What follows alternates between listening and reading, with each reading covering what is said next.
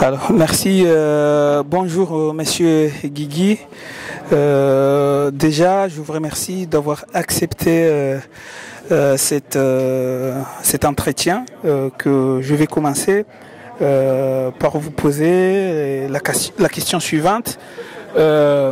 Dernièrement, vous avez fait partie, si je me rappelle très bien, d'une délégation comorienne qui était partie à Bakou, en Azerbaïdjan.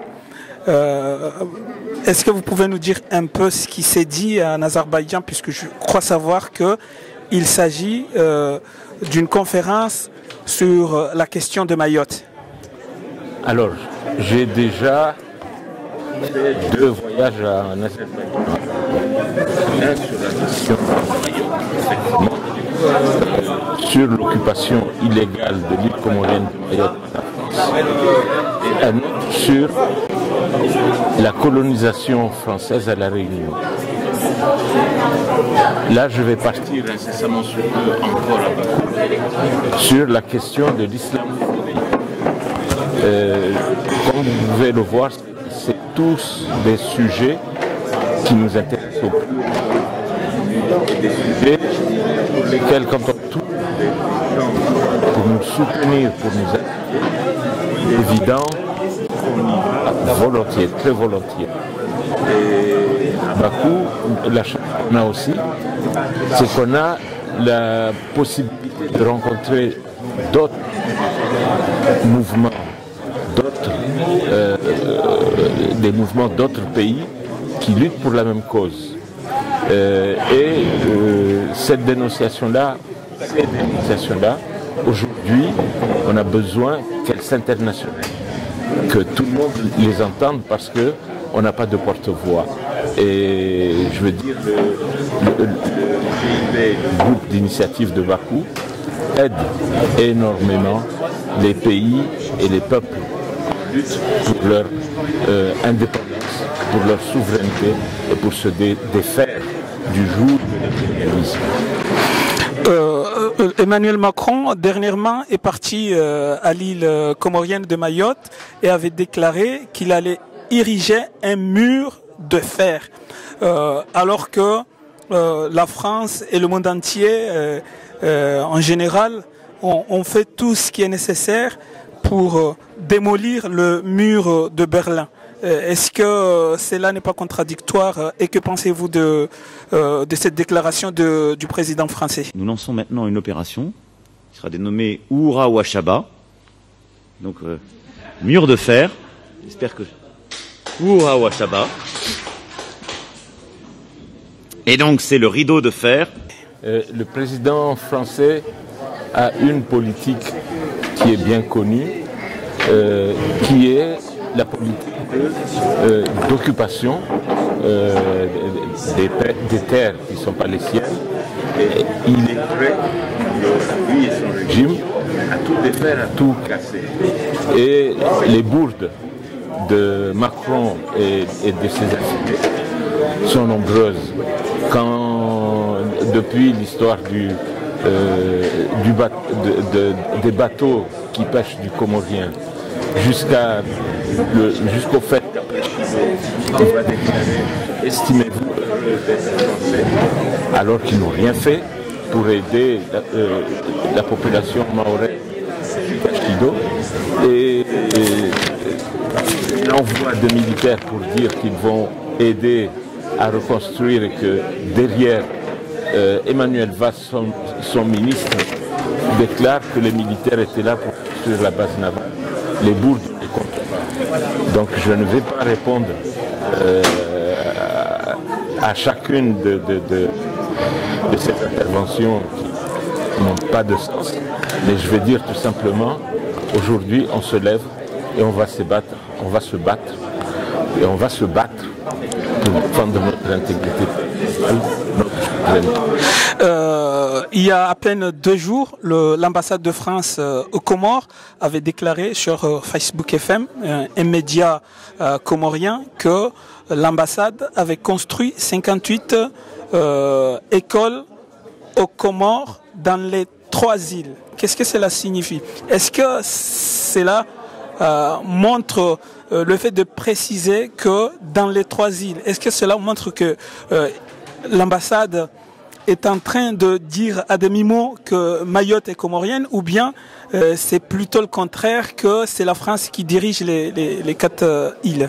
Alors, l'ambassade de France, comme la France aujourd'hui, est en train de faire des mains et des pieds pour essayer de regagner la confiance qu'elle a perdue partout en Afrique, et notamment aux Comores et à Mayotte. Donc tout ce qu'ils essaient de faire et de dire qu'ils investissent sur les Comores, ce sont des écrans de fumée. Et les Comoriens ne sont pas dupes. Les Comoriens comprennent que la politique de la France, c'est plus la politique pour occuper le pays et s'accaparer de ses ressources. Aujourd'hui, c'est le pétrole et le gaz. Et pour cela, ils ne ménageront aucun effort pour le contrôle militaire de cette zone. Et une dernière question, ça concerne toujours sur l'île comorienne de Mayotte, puisqu'il y a eu les sommets à Madagascar qui concernent les Jeux de la CIO, et Azali Assoumani, si j'ai bien compris, avait demandé à ce que la question de la COI soit une question bilatérale entre l'État français et l'État comorien, alors que la France voudrait bien que Mayotte participe dans ces Jeux de l'océan Indien en tant qu'entité à part. Alors d'abord je dirais que la France a fait un pas en arrière parce qu'elle voulait imposer Mayotte dans le cadre de la commission de l'océan Indien en tant qu'entité dans la commission de l'océan Indien. Et là-dessus, ça a été un échec total puisque, y compris le gouvernement comorien, s'est déclaré opposé à cette initiative-là, et la France n'a pas pu mettre Mayotte au centre de la commission de l'océan Indien. Après, Azali, je dirais, il a le cul entre 2 chaises. Parce qu'Azali, il voudrait suivre ce que fait son peuple, mais Azali a les menottes que lui pose l'État français, qui est son patron en fait, celui qu'il a mis là et qu'il est obligé de défendre. Alors jusqu'où il jouera le de l'État français et de la défense du peuple comorien. Cela dépendra aussi de notre volonté et de notre force à nous battre pour qu'il ne puisse pas jouer le double. Il l'a fait souvent déjà. Et au niveau de base navale française à Mayotte, la militarisation de Mayotte, comme l'avait déclaré la porte-parole du ministre des Affaires étrangères russe, comment vous apprenez cela au même moment, quelques minutes après, il y a eu un rétropédalage de la part de la France qui déclarait que finalement ce n'était pas une base navale qu'on veut construire à Mayotte, alors que les faits sont têtus, sont là, d'après le discours de la France. Il est, je dirais, constamment le problème de la base militaire à Mayotte, de la base navale à Mayotte et dans les Comores, pose un problème dans tout l'océan Indien et à l'international, puisqu'on a compris aujourd'hui que la France veut que, je dirais, responsable avancé de l'Europe, être en tant que chien de garde de l'Europe dans l'océan Indien, veut imposer ses troupes au contrôle de l'océan Indien, en sachant qu'aujourd'hui il y a des richesses, pas seulement le passage des bateaux qui pétrole, mais il y a des pétrole et du gaz dans l'océan Indien. Et la France, là-dessus, veut s'accaparer toutes ces richesses-là. Mais n'y arriveront pas parce que installer cette base militaire-là, à l'heure, les autres puissances que sont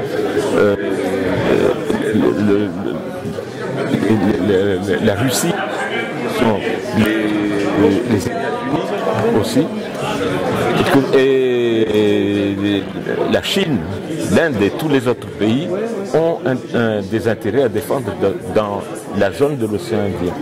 Donc ça pose pas aussi facilement que la France espérait le faire. Comment vous avez pris le fait que l'ambassade de France se permet maintenant d'aller faire la promotion de la France au niveau des médias comoriens? Comment vous prenez cela? Mais ce n'est pas nouveau, et pas qu'au niveau des médias comoriens. La France a aussi fait le tour des pays riverains, des pays de l'océan Indien, pour installer une représentation mahoraise, un consulat mahorais dans toutes les, je dirais, les chancelleries françaises dans cette zone-là, depuis le Mozambique, non, ils sont les Seychelles, l'Isole et partout. Et d'ailleurs, il ne va pas d'un bon œil le fait qu'aujourd'hui, la Russie installe une base, une ambassade au Comores, dans laquelle elle a installé la sienne. Un soi-disant député, M. Mzimba, qui a été ministre des Affaires étrangères comorien. J'ai dit Maître Mzimba, qui est un avocat, mais qui était aussi un ministre des Affaires étrangères de Comores, avait demandé à la France de plier bagages et partir. Et l'ambassade a rétroqué que Mzimba n'est qu'un mendiant de visa. Comment qualifiez-vous ces échanges?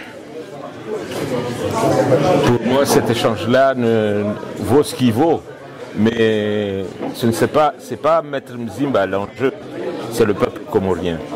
Et le peuple comorien, qui souhaiterait que la France quitte les Comores. Comment? C'est le peuple comorien qui souhaiterait que la France quitte les Comores, c'est ça? C'est le peuple comorien qui va avancer pour que la France s'en aille. Et nous demandons, la société civile, le comité mahorais, le CEDICOM et la société civile comorienne de Comores et de la diaspora, demande à ce que la France se retire des eaux de l'océan Indien. Pas seulement des Comores, mais des eaux de l'océan Indien. Merci beaucoup, Monsieur Guigui. Merci. Mayotte est comorienne et le restera à jamais. Mayotte is Comorian and will remain so forever. Mayotte é comoriana e permanecerá assim para sempre. Mayotte es comorense y lo seguirá siendo para siempre. Mayotte Comaraiona и Lourimora per sempre. 马约特岛属于科摩罗，并将永远如此。Майотта – коморская страна, и таковой останется навсегда. Η Μαγιότ είναι από τις Κομόρες και θα παραμείνει έτσι για πάντα.